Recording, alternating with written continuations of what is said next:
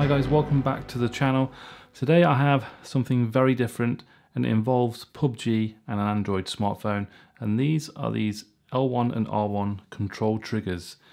Now a company reached out to me a couple of weeks ago on this website called amos.co, and they sell this particular joystick, and I was quite intrigued to see what it was all about. They're about $10.99 on their website, and today they have arrived, and let me show you what they do.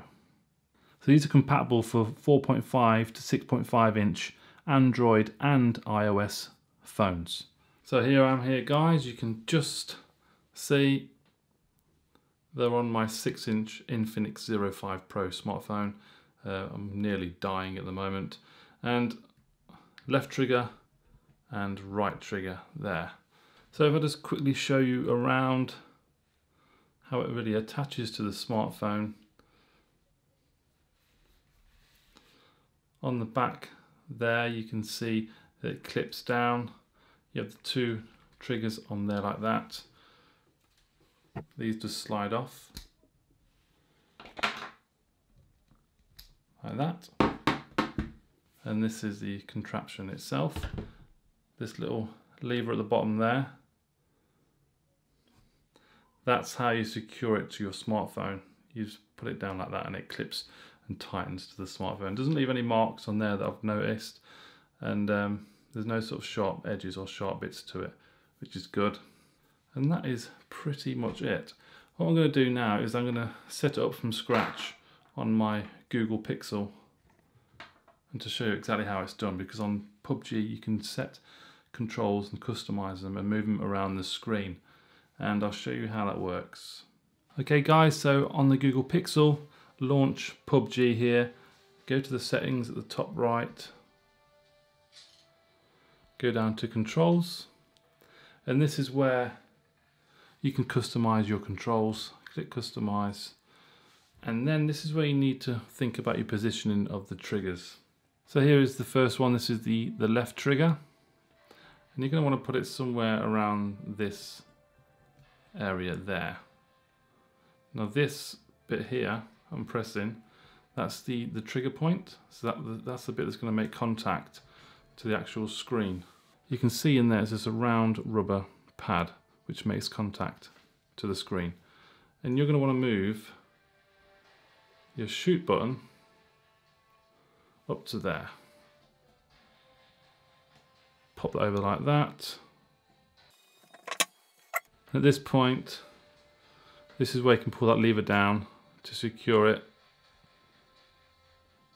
like that. Just about make out that it's on there. It should make contact. We can test that later.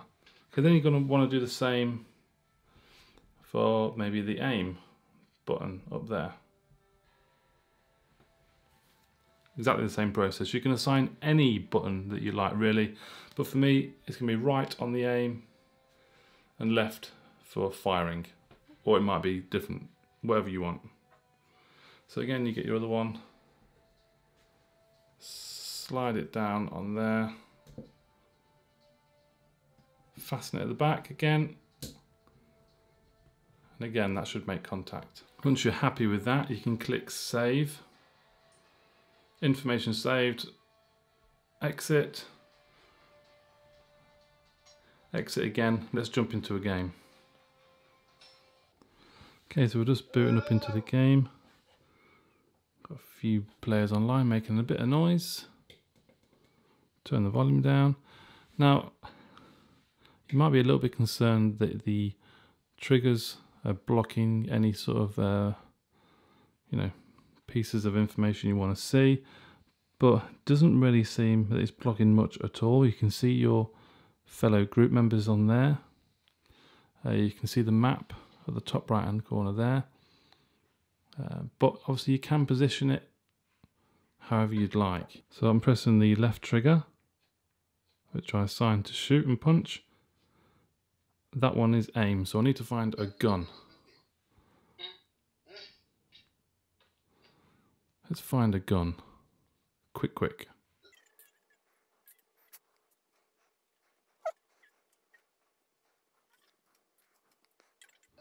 But everyone's pinched all the guns, haven't they? Ah, here we go. Right, perfect, perfect. We can test now, can't we? So the right trigger I assigned to aim. So if I press that, there we go. That is pretty cool. I'll take a little bit of getting used to.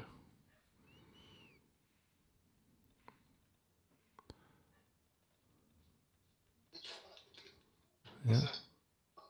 Quickly shift between aiming and non-aiming.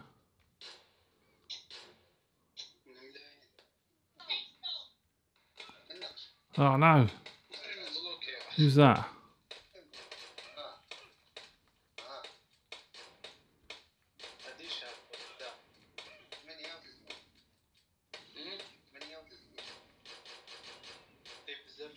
Got him.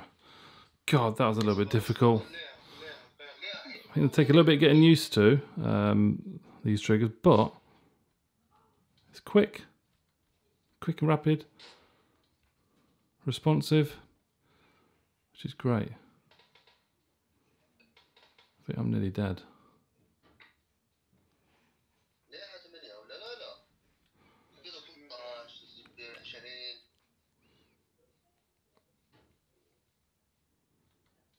Yeah. So while you're running, straight into aim mode. Bang. Oh, there's no one around. But anyway, guys, I just thought I'd show you this. Quite handy little things. You can have them on 4.5-inch phones all the way to 6.5-inch. So quite large phones and fairly small size phones as well.